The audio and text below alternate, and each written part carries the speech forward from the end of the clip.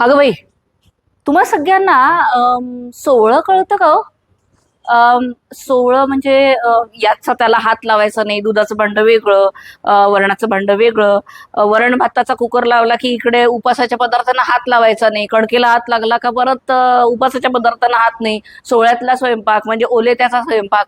केवढं केवढं संस्कारित प्रकरण होतं ना ते. मला आजीनी कायम त्याच्यासाठी खूप साऱ्या सायंटिफिक रिझन्सनी ते ISO स्टँडर्ड्स बहुधा शिकवले. ते सोवळं म्हणून आम्हाला शिकवलं गेलं, पण सोवळं सोडा, ते ISO स्टँडर्ड्सचे रूल रेग्युलेशन्स आलेत हे जेव्हा कळलं ना, तेव्हा हाशा उडला की अगं बाई, आपलं सोवळं सगळं ISO स्टँडर्ड्सला गेलं का काय. आणि आजांजवळची ती रेग्युलेशन्सची रूल बुकची वही was huge enough to cross fire the ISO standards for आमचं महाराष्ट्रीयन फूड बनवण्याच्या पद्धती. मी कुठल्याही ISO स्टँडर्डला नावं ठेवत नाहीये, पण तेवढ्याच ताकदीचं सोहळं असतं हे कायम लक्षात ठेवलं. त्या सोहळ्यामध्ये तुमच्या पेहरावापासनं, तुमच्या केसांपासनं सर्व विषयांवर काम केलेलं गेलंय की केस मोकळे नसावे, केस बांधलेले असावे, कपाळाला टिकली असावी. अशासारख्या कितीतरी रेग्युलेशन्सनी ते सोहळं बनलेलं होतं की सिल्कचंच कापड घालायचं, आंघोळ करून डायरेक्ट कोणालाही न लागता स्वयंपाकाला लागायचं, कुठल्याही पदार्थाची चव न घेता त्या सुगरणीनी ते पदार्थ प्रत्येकाला आणि देवबाप्पाला सुद्धा त्याचा आधी नैवेद्य दाखवायचा. अशाच एका प्रकारातली अन्नपूर्णा माझी आई कधीही एकदा पोळ्या करायला घेतल्या की त्या पोळ्यांची जी कणिक उरते ना, ती कधीच परत डब्यामध्ये वापस जाता कामा नये, कारण ते उष्टळलं. ते उष्टावलेलं कधीही परत ते आता खरकट झालं, ते आता परत बॉक्समध्ये जायचं नाही. मग आता ती कणिक कधी उरते, कधी नाही उरत, कधी थोडी जास्त उरते, तर त्या कणकेचे कायम धिरडे आम्ही लोकांनी खाल्लेले आहेत. आईची ही धिरड्यांची पद्धत मला फार आवडायची. ॲक्च्युअल रेसिपीमध्ये कणकेच्या व्यतिरिक्त ग्लुटन फ्री धिरडे हा खूप जुना पदार्थ आहे. ग्लुटन फ्री धिरडे ज्याच्यात कणिक नसते, पण एकदम एकदम सॉफ्ट अशी ती पोळीच म्हणा ना, तो साऊथ इंडियन लोकांचा डोसा म्हणा ना, किंवा आपल्या महाराष्ट्रीयन लोकांचे धिरडे म्हणा ना, आहेत सगळे सेमच प्रकार, फक्त बॅटर बदलत जातात. काहीमध्ये फर्मेंटेशन आहे, काहीमध्ये नाही आहे. याचे पटकन इन्ग्रेडियंट्स बघून घेऊ आणि ह्याची हिस्ट्री थोडी जाणून घेऊ. इन्ग्रेडियंट्समध्ये बेसन, ज्वारचा आटा, त्याच्यानंतर राईस फ्लावर, थोडा क्रिस्पीनेस आणण्यासाठी अर्थातच, जिंजर गार्लिकची पेस्ट, मिरचीची पेस्ट, थोडं हळद आणि किंचित वाटलं तर कोथिंबीर आणि किंचित वाटले तर जिरे. हे सगळं टाकलं की याच्यात घालायचं असतं दही, म्हणजे ते जरा आंबटसर होतं. हे सगळे इन्ग्रेडियंट्स एका प्रमाणात तुम्हाला आमच्या रेसिपीवर दाखवले आहेत. रेसिपी यूट्यूबला अवेलेबल आहे. जस्ट लिंकला क्लिक करा आणि पूर्ण रेसिपी बघा आणि धिरडे तयार करून बघा.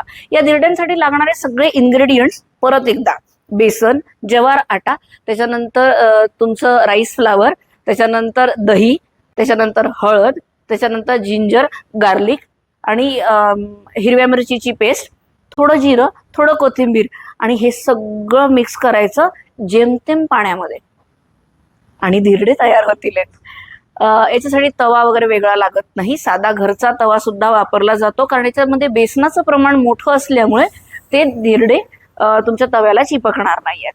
तेलावर धिरडे खूप चांगले लागतात. तूप घालू नका, कारण बेसनासोबत तूप खूप जात नाही. बेसनाचे लाडू करताना तूप जातं, कारण त्याच्यात शुगर असते. क्रॉस कनेक्शन्स करू नका. याच्यात काही लोक बटर पण घालतात, पण बटर घालून त्याचं सॉल्ट वाढवू नका. अर्थातच सॉल्ट सगळ्यात शेवटी घालणार आहे तुम्ही. आणि हे बॅटर तयार केल्यानंतर 10 ते 15 मिनिटं हे बॅटर तसंच्या तसं ठेवायचं आहे. सकाळच्या घाईमध्ये तुम्ही लिटरली आदल्या दिवशी जरी हे बॅटर बनवून ठेवलं आणि दुसऱ्या दिवशी वापरलं तरी धिरडे फार उत्तम, त्याची जाळी खूप छान तयार होते. म्हणून 4-5 दिवस आधीचं वापरू नका. तासभराचंही चांगलं चालतं, 15 मिनिटाचंही छान होतं. मी धिरडे कायम जेव्हा फास्ट ब्रेकफास्ट हवे असतात तेव्हा मी धिरडे घरात करते. तुम्ही पण ट्राय करा. हे मिक्स केल्यानंतर एकाला एक, म्हणजे एका धिरड्याला एकच चमचा तव्यावर ओतायचं आहे. हे छान पसरवून घ्या. त्याच चमच्याने जसा डोसा फिरवता तसं हे धिरडं फिरवलं तरी चालतं. जर पाणी जास्त असेल तर तवा फिरवा. As simple as that. आणि मग थोडं तेल, थोडासा तवा परत एकदा कमी आचेवर फिरवून घ्या आणि याला होऊ द्या एका साईडने. हे एका साईडने झालं की सगळं सुटतं तव्यापासून, आणि मग त्याला एक पलटा मारा. पलटा मारला की परत एकदा थोडंसं तेल त्याच्यावर स्प्रिंकल करा आणि धिरडे तयार आहेत. चिंचेच्या चटणीसोबत अप्रतिम लागतात. मला धिरड्यांमधला एकच प्रकार खूप मोठ्या प्रमाणात आवडतो. आईचं म्हणणं असायचं की जरा चमचा, हा टीप सगळ्यांसाठी हा, जर धिरड्यांचा चमचा जर थोडा वरून सोडला, अगदी तव्याला न लावता सोडला, तर त्याची जी जाळी आहे ना ती परफेक्ट बनते. म्हणून अगदी इथनं वगैरे सोडू नका. आणि स्टुडंट लोकांनी टेबल बिबल घेऊन चढून बिडून निघाणे घालू नका. खूप वरून नाही, एक साधारणतः एवढ्या हाईटवर ना जर तुम्ही ते चमच्यातनं सोडलं तर त्याची जाळी छान तयार होईल. ती बेसनाची जाळी खाण्यालायक असते, क्रिस्पी असते. मला पण खूप आवडते. धिरडे तुमच्या सगळ्यांसाठी तयार आहेत. जर ही रेसिपी तुम्हाला आवडली तर आमचे कुपन कोड वापरा, आमच्या रेसिपीजला लाईक करा, आमच्या चॅनलला सबस्क्राईब करा आणि वाटलं तर खरंच कमेंट करा. आवडली असेल ही रेसिपी तर मला नक्की कळवा हा. महाराष्ट्रीयन कल्नरी ट्रेजर्समधले न्याहारीची ही दुसरी रेसिपी.